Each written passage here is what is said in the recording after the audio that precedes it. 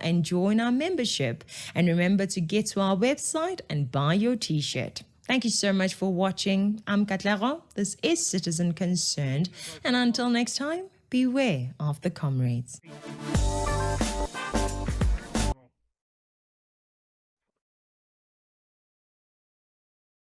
The Nazi brothers who started rival shoe companies.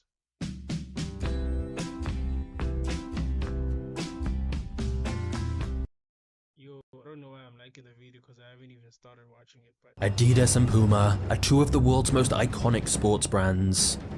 And yet, they're both based in this tiny town in Germany. That's because these two companies share a very controversial history, filled with betrayal, sabotage, and a sibling rivalry like no other. Adolf and Rudolf Dassler were brothers, but they ended up starting rival shoe companies and becoming bitter enemies. The history of Adidas and Puma was like a lifelong chess match, where both brothers stopped at nothing to try and destroy the other. Even to this day, their family feud still divides the entire town where they were born, with one half backing Adidas and the other backing Puma.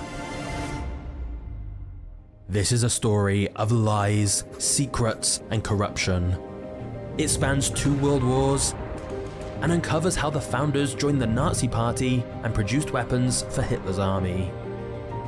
2 brothers bound by blood, but driven apart by greed and ambition. The only saying right now. The other backing Hitler.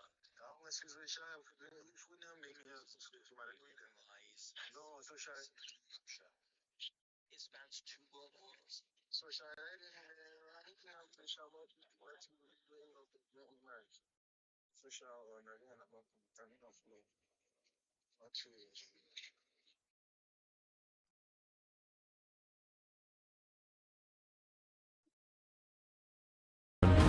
This is the insane true story of Adidas and Puma.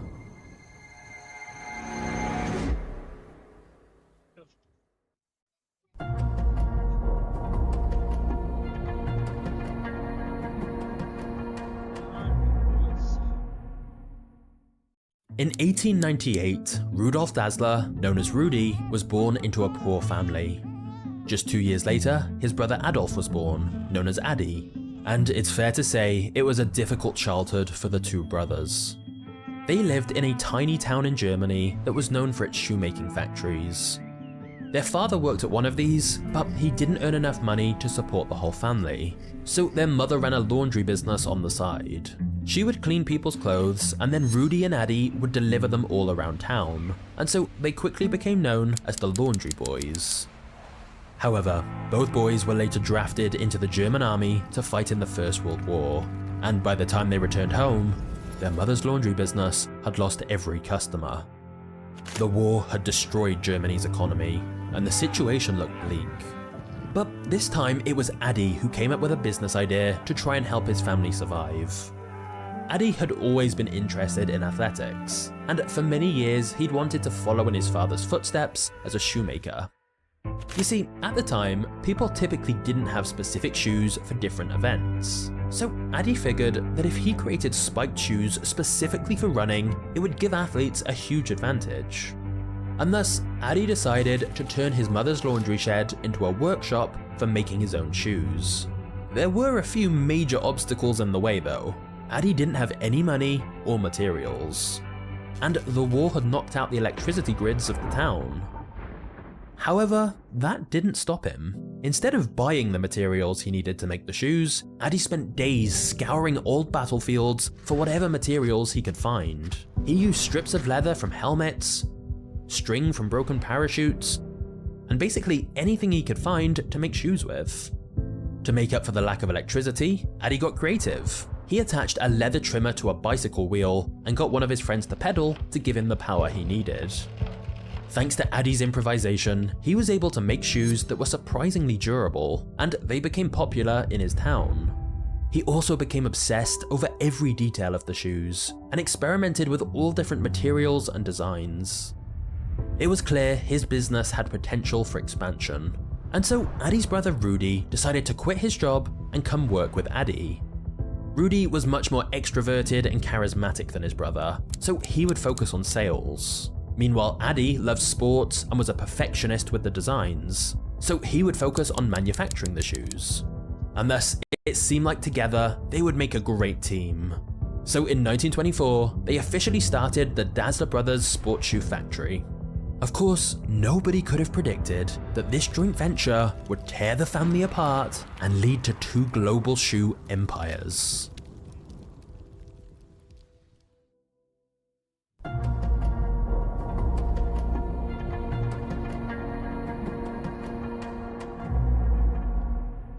Hold up, I just gotta close the curtain real quick.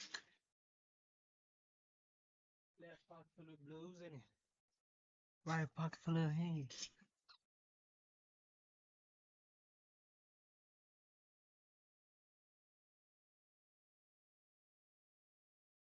Let me see. It's almost 3. Nigga needs to go to sleep right now. Rudy pitched Dassler shoes to every sports club he could find in Germany.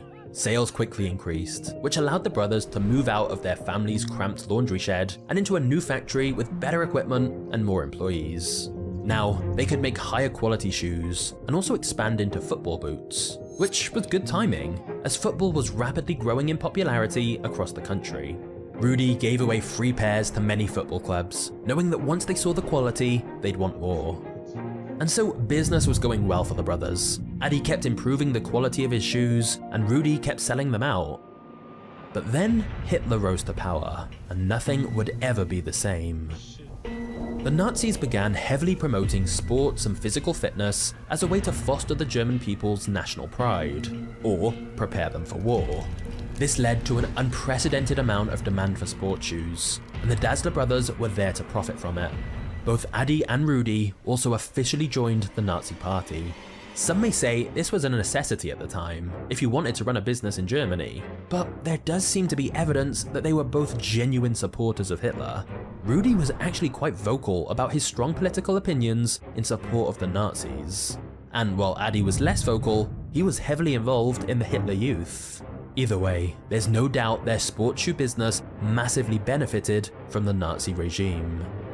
But their biggest breakthrough of all was in 1936, when Germany hosted the Olympic Games.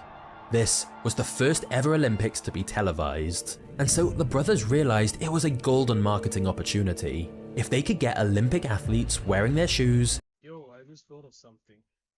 If Adidas was created by a Nazi, right? The Nazi people, they put Jews and black people and all that in concentration camps. So for them to fucking, for Adidas, like right now, nah, for them to fucking try to blackball Kanye West or to like block his profits from Adidas or whatever, like ruining his net worth and all that stuff. It's wrong because said some anti-Semitic shit, dog. But the company is founded by a Nazi motherfucker, dog. So that means, brah, who are they to fucking do to say Uti, nah, because of your anti-Semitic comments, we won't be working with you. The fuck? That's crazy. I don't know how I'm saying this wrong, dog. I'm not strong with words, dog. But I hope you get what I mean. it would be the perfect advertisement. And there was one athlete in particular they wanted to wear their shoes: Jesse Owens, an African American who was one of the most popular athletes in the world. Like, what the fuck? Oh, this is crazy. The Nazi was putting black people in concentration camps. But Adidas, I mean, it was a Puma. Does this nigga own Puma or Adidas? Whatever brand it was. They wanted this nigga, a black bro, Jesse Owens, right? To wear their shoes, but still, the shit that was happening in the country was so bad. How you gonna get a black guy to influence people to fucking wear your brand when y'all are being, I don't know what I'm saying, though. How you gonna get a black person to influence people to wear your brand when you put in black people in concentration camps. World. However, sponsoring Jesse Owens was a dangerous move. Exactly. Hitler saw the Olympics as a way to demonstrate to the world what he believed was the superiority of the German race. And so having a black athlete win would go completely against what Hitler wanted. And thus the Dassler brothers being seen to support Jesse Owens was undoubtedly risky. But Adi was determined to do so and went to find Jesse Owens at the Olympic Village. After a brief conversation, he showed him his personalized running shoes, and Jesse accepted the gift and agreed to wear the shoes during the Olympics. You see, back then, things were different. Athletes were just happy to be gifted great shoes for free and didn't expect any additional compensation for wearing them. Jesse Owens went on to win 4 gold medals at the Berlin Olympic Games whilst wearing Dassler shoes. Hitler was of course furious, as this went completely against the propaganda he was trying to push of the Aryan race being supreme. But this was undoubtedly an incredible promotion for the brothers, as the best athlete at the Olympics was wearing their shoes. Thanks to this publicity, the brothers soon started to receive orders from all over the world. On the surface, everything looked great for their company. However, behind the scenes, tensions had started to grow between the two brothers, and the aftermath of the Olympics would be the beginning of the end. So, you want to learn how to code? Well, check out Codecademy. It's the easiest place to learn how to code with tons of I don't want to learn how to code.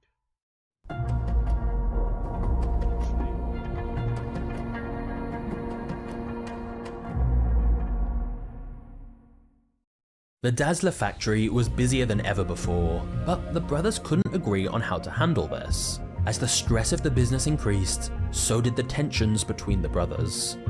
Rudy felt the business would be nothing without his sales efforts, while Adi felt the business would be nothing without his product. And things got more heated after World War II broke out, as every business was expected to contribute to the war effort. So the Dassler shoe factory became a manufacturer of boots and weapons for Nazi soldiers. Rudy saw this as a threat, because during the war, Adi was clearly in charge. He was the one who knew about manufacturing, and Rudy became paranoid that Adi was pushing him out of the business. This led to a lot of fights. But to make things worse, the brothers had invested in a property together, so they were both living in the same house along with their wives and children, and thus they were spending almost all of their time together and started arguing more than ever. One night when Allied bombs were being dropped on Germany, Adi and his wife went down to the basement for shelter. When he saw Rudy and his wife already down there, he said, "The bastards are back again." Now, Adi said he was referring to the Allies who were currently dropping bombs on them, but Rudy was convinced that Adi's comments had been directed to him and his wife. When the family came out of that basement, Rudy and Adi could no longer stand each other. Soon after, Rudy was called up to the army, whilst Adi was allowed to stay behind to operate the factory, which was now producing tank parts. But while on the front lines, Rudy became more convinced that Adi wanted to take over the company for himself. So he sent a letter saying he didn't feel Adi had the character to lead the company, and Rudy demanded his wife be his representative while he was away with the army, but Adi refused. The hatred between the brothers became so intense that Rudy reported Adi to the Nazi authorities, claiming that he was hoarding leather that should have been used for the war effort. As a result, Adi was briefly held and interrogated. After the war ended, the process of denazification began, where the Americans took German people to trial to find out if they'd committed any crimes during the war. Rudy was imprisoned due to suspicions of his heavy involvement in the Nazi regime, and he spent a year in a prisoner of war camp. During this time, he grew bitter that his brother wasn't doing anything to help him get released. In fact, the Americans later revealed that Rudy's arrest had been because of a tip-off they received, and so Rudy was convinced it was Adi who had turned him into the Americans to get rid of him. When Rudy was finally released from prison, Adi was going through his own trial, where he was suspected of war profiteering. And Rudy didn't miss the chance to testify against him. Of course, Adi denied everything, and eventually both brothers were cleared. But after everything that had happened, they were no longer brothers, they were sworn enemies. There were even rumours of an alleged affair between Rudy and Adi's wife. And this is the problem. There were so many allegations, it's hard to know exactly what's true. What we do know for sure is that after all the fights and betrayals, the brothers couldn't stand each other, and there was no way they could work together. And thus, in 1948, after months of bitter negotiations, Rudy and Adi split the company's assets and registered two separate companies, Adidas and Puma. And registered two separate companies, Adidas and Puma. Adolf Dassler's Adidas Sports. Oh, that's the original Adidas logo. Okay. And that's the original Puma logo. And with both brothers fueled by revenge, they would spend the rest of their lives sabotaging each other's businesses.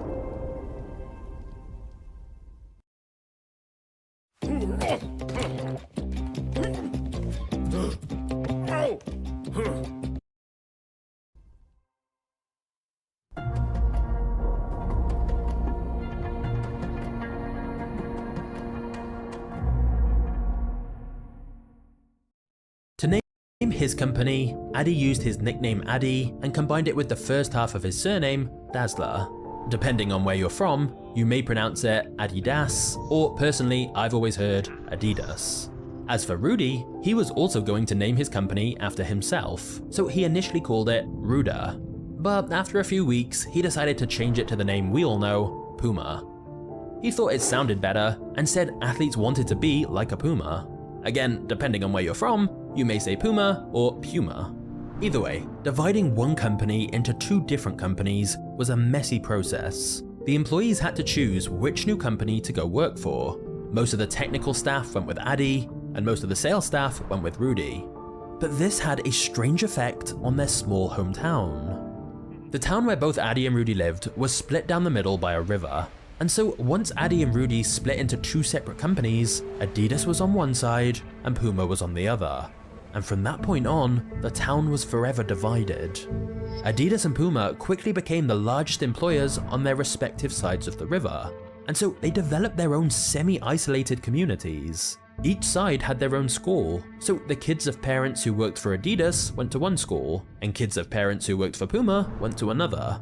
It was also highly frowned upon to date people from the other side of town, and rival gangs even formed based on the shoes. It was practically a crime to be wearing Puma on the Adidas side of town, and vice versa. Eventually, the brothers' hometown became known as the town of bent necks, because people were always looking down to see what shoes people were wearing, so they knew whether to speak to them or not. The only person who didn't pick a side was the mayor, who at official events wore one shoe from Adidas and one from Puma, to ensure both brands were represented. At first though, it would have been hard to tell Adidas and Puma shoes apart, because they looked pretty much the same. However, one of the techniques Adi used to make running shoes more stable was to add 3 leather stripes on their sides. So in 1949, Adi started painting these leather stripes white, which instantly made his shoes stand out, and people loved the look. Now that Adidas and Puma shoes looked different, both Rudy and Adi were determined to become the dominant sports shoe manufacturer in Germany. And a huge opportunity was approaching.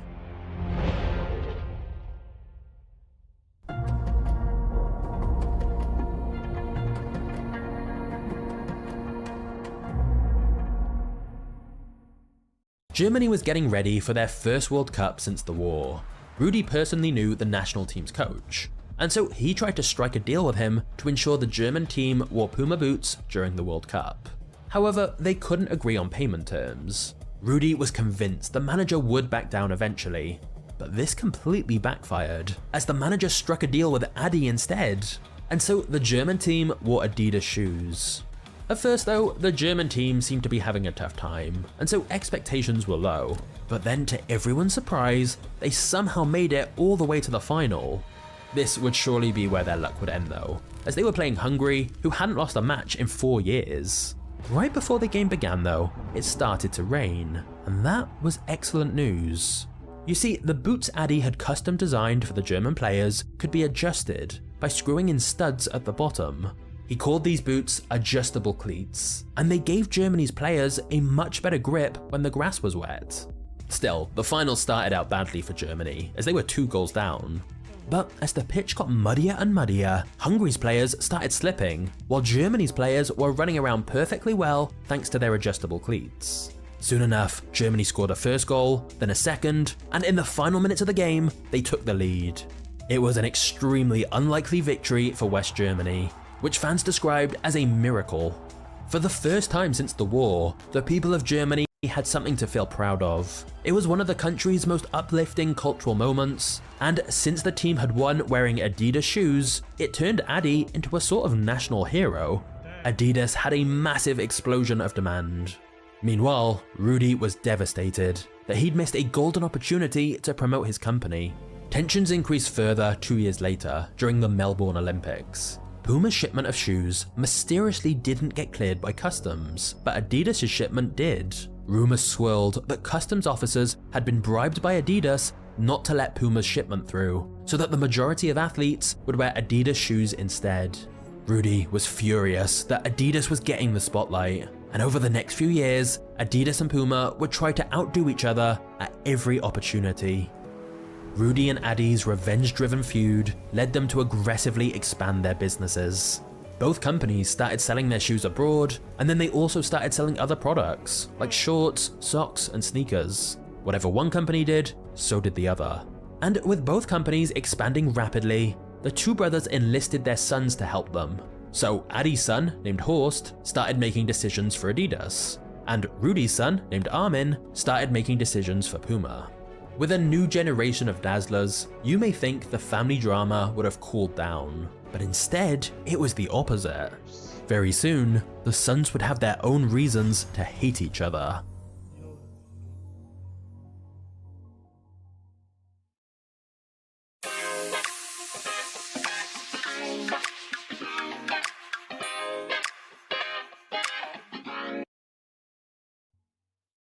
Do you want to create videos like this? If so, you're gonna want to know about today's million different filter there, so 100% right. Here's why. So it's has every downloads in the description.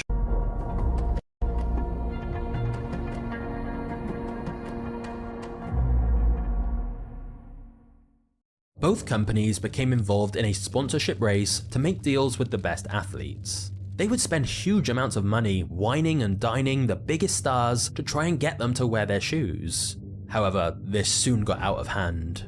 For the 1968 Olympics, Horst and Armin had wasted endless amounts of money by getting into bidding wars against each other to sponsor certain athletes. This massively drove up their costs and decimated their profits. So, before the 1970 World Cup in Mexico, they made a secret pact. You see, at the time, there was one athlete who they were both dying to sign, Pelé.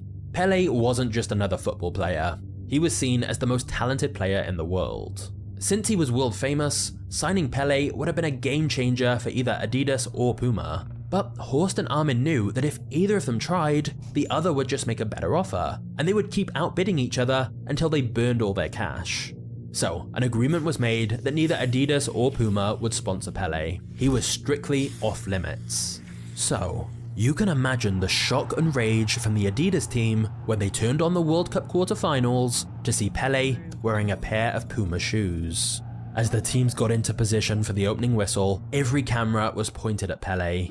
And right before the game began, Pelé asked the referee to stop for a moment. He then knelt down and tied his shoelaces. For those few seconds, Puma dominated millions of television screens all across the world. Without Adidas knowing, Puma had signed Pelé in a deal worth over $125,000. And getting him to stop the game to tie his laces was literally the perfect advertising. Pelé went on to lead Brazil to victory in the World Cup, which elevated Puma's global standing and made their boots global bestsellers for years to come. Obviously, Horst was furious that Armin had broken their pact. The Dazzler feud was back on, and stronger than ever. Meanwhile, Adi and Rudi were now in their 70s. They still hadn't spoken in many years, and continued to hate each other. In fact, even when Rudi was dying of lung cancer, Adi refused to see him or even go to his funeral. Adi himself died a few years later. Both brothers are buried in their town's graveyard, but at opposite ends. So even in death, they still remain divided. Hey legends, it's John here, creator of Magnates Media. Just wanted to quickly share some exciting news with you.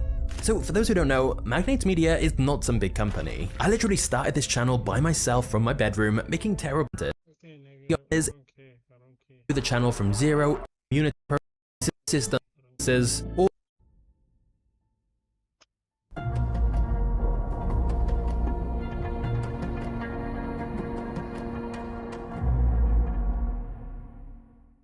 both Adidas and Puma had lost their founders, and without them, their sons Horst and Armin had a tough time taking the lead. Under Horst's leadership, Adidas focused so much on sponsorship deals and outspending Puma that they spent almost all of their money and completely forgot about what their customers actually cared about. Meanwhile, Puma, under Armin's leadership, focused solely on expanding to Adidas' scale, which didn't happen, and their product quality suffered because of it. The late 70s and early 80s were a terrible time for both companies, and by 1989 they were nearing the edge of bankruptcy, so they both sold out to private investors. Now, Adidas and Puma were someone else's problem, but reviving them wouldn't be easy.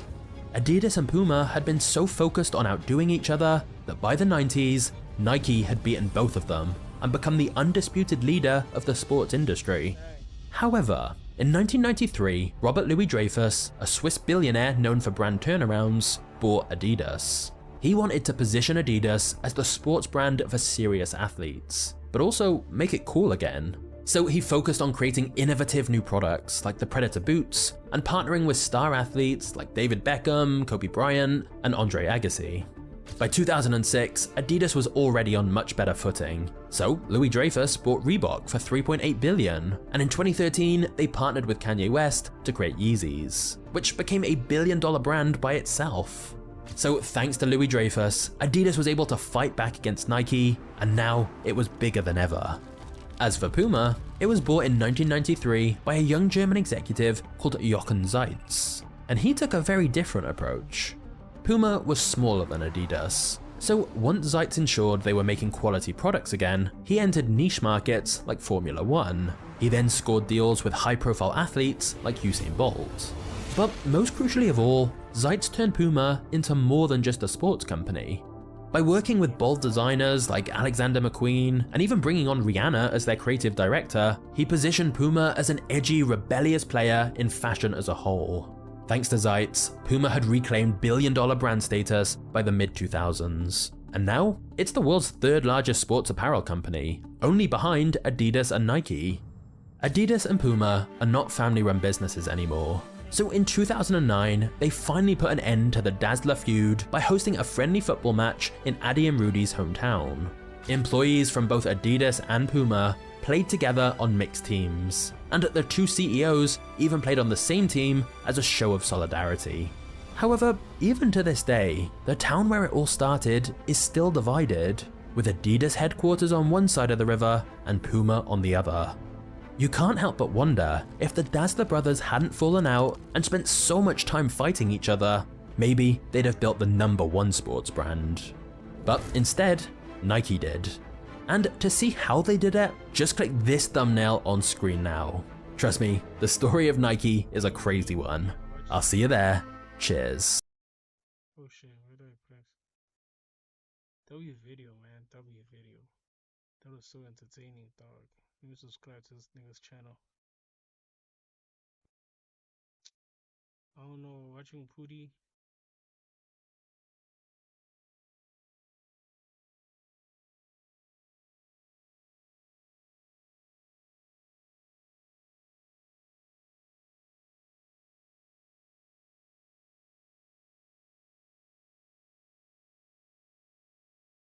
His friend betrayed him.